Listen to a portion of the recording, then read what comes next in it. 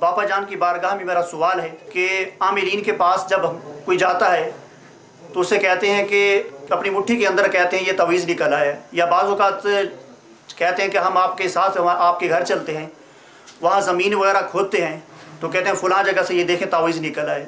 बाबा जान की बारगाह में अर्ज़ है कि ये क्या, इसमें क्या हकीकत है? कोई छुपी हुई बात अगर इस तरह की बता दे तो ये ज़रूरी नहीं है कि वो दुरुस्त ही हो। अब ये कि भाई इधर से खोदो तो तावीज़ निकलेगा और फुला कब्र की पाइती से खोलो तो वो सुइयों वाला पुतला निकलेगा। मेरे साथ भी ऐसा हुआ है तो यूं मुझे ज्यादा याद रही है कि वो किसी आमिल को किसी ने बुलाया और सब मुझे कर करा के ये तरकीब बताई कि ऐसा हमने किया है। तो बिल्कुल देखो आपकी तो मेरी माँ का नाम ही गलत लिखा था, शैतान भूल गया होगा ना मेरी माँ का नाम। मैं यहाँ पर इस्तिखारा करवाने आया हूँ।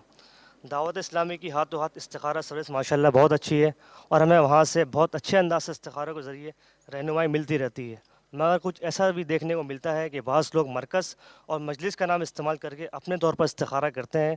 इसका एक सबूत मेरे पास मौजूद ये कार्ड है जिसमें लिखा हुआ है आलमी मदनी फैज़ान मदीना इस्तिखारा मरकज़।